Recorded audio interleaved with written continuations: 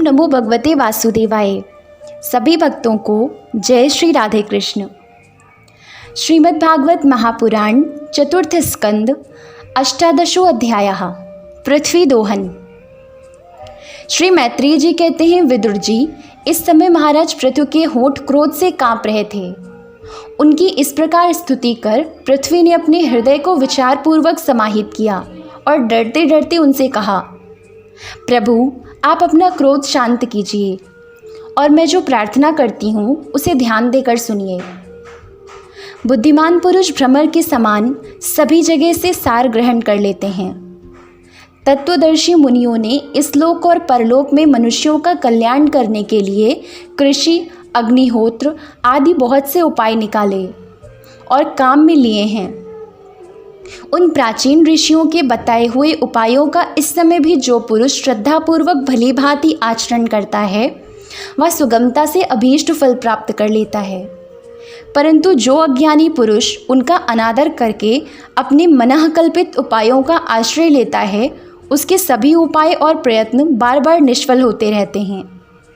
राजन, पूर्व काल में ब्रह्मा जी ने जिन धान्य आदि को उत्पन्न किया था, मैंने देखा कि यम नियम आदि व्रतों का पालन न करने वाले दुराचारी लोग ही उन्हें खाए जा रहे हैं।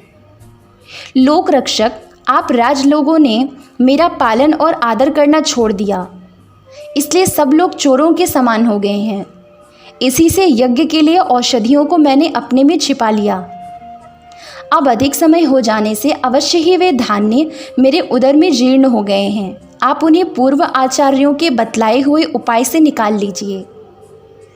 लोकपालक वीर, यदि आपको समस्त प्राणियों के अभीष्ट एवं बल की वृद्धि करने वाले अन्न की आवश्यकता है तो आप मेरे योग्य बछड़ा, दोहन पात्र और धोने वाली की व्यवस्था कीजिए। मैं उस बछड़े के स्नेह से पिन्हाकर दूध के रूप में आपको सभी अभीष्ट वस्तुएं दे दूंगी। राजन, एक बात और है, आपको मुझे समतल करना होगा, जिससे कि वर्षा ऋतु बीत जाने पर भी मेरे ऊपर इंद्र का बरसाया हुआ जल सर्वत्र बना रहे, मेरे भीतर की आर्द्रता सूखने न पाए। यह आपके लिए बहुत मंगलकारक होगा। पृथ्वी के कहे हुए ये प्रिय और हितकारी वचन स्वीकार कर महाराज पृथु ने स्वयंभुव मनु को बछड़ा बना अपने हाथ में ही समस्त धान्यों को धो लिया।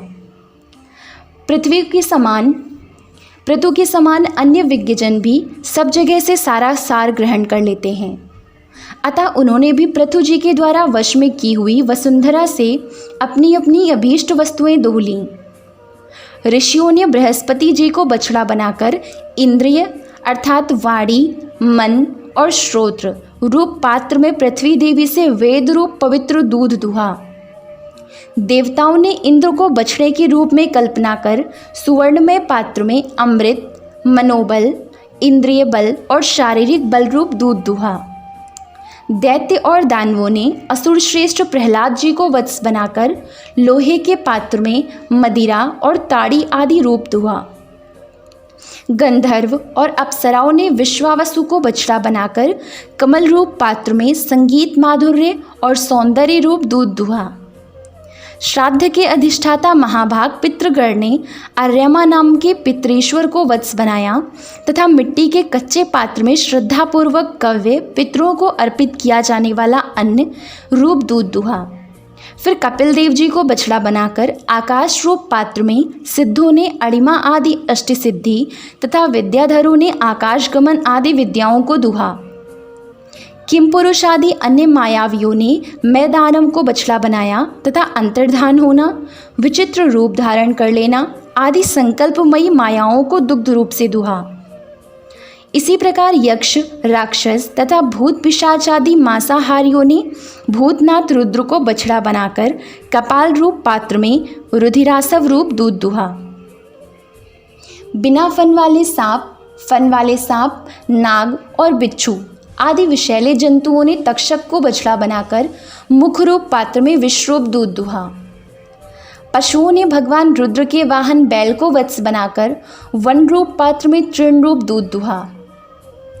बड़ी बड़ी दाढ़ों वाले मांसभक्षी जीवों ने सिंह रूप बछड़े के द्वारा अपने शरीर रूप पात्र में कच्चा मांस रूप दूध दुहा। तथा गरुण जी को वत्स बनाकर पक्षियों ने कीट पतंग आदि चर और फल आदि अचर पदार्थों को दुग्ध रूप से दुहा। वृक्षों ने वट को वत्स बनाकर अनेक प्रकार का जरस रूप दूध दुहा और पर्वतों ने हिमालय रूप बछड़े के द्वारा अपने शिखर रूप पात्रों में अनेक प्रकार की धातुओं को दुहा। पृथ्वी तो सभी अभीष्ट वस्तुओं को देने वाली है और इस समय वह पृथु जी के अधीन थी, अतः उससे सभी ने अपनी अपनी जाति की मुखिया को बछड़ा बनाकर अलग अलग पात्रों में भिन्न भिन्न प्रकार के पदार्थों को दूध के रूप में दुहा। कुरुश्रेष्ठ विदुर जी इस प्रकार पृथु आदि सभी अन्य भोजियों ने भिन्न भिन्न दोहन पात्र और वत्सों के द्वारा अपने अपने विभिन्न अन्य रूप दूध पृथ्वी से दुहे। इससे महाराज पृथु ऐसे प्रसन्न हुए कि सर्व काम दुहा पृथ्वी के प्रति उनका पुत्री के समान स्नेही हो गया और उसे उन्होंने अपनी कन्या के रूप में स्वीकार कर लिया।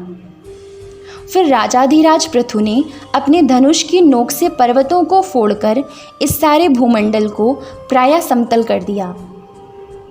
वे पिता के समान अपनी प्रजा के पालन पोषण की व्यवस्था में लगे हुए थे। उन्होंने इस समतल भूमि में प्रजा वर्ग के लिए जहाँ तहाँ यथा योग्य निवास स्थानों का विभाग किया। अनेकों गांव, कस्बे, नगर, दुर्ग, अहीरों की बस्ती, पशुओं के रहने का स्थान, छावनियाँ, खाने, किसानों के गांव और पहाड़ों की तलहटी के गांव बसाए। महाराज पृथु से पहले इस पृथ्वी तल पर पुर, ग्राम आदि का विभाग नहीं था। सब लोग अपने अपने सुविधे के अनुसार बेखटके जहाँ तहाँ बस जाते थे। ओम नमो भगवते वासुदेवाय। जय श्री राधे कृष्ण।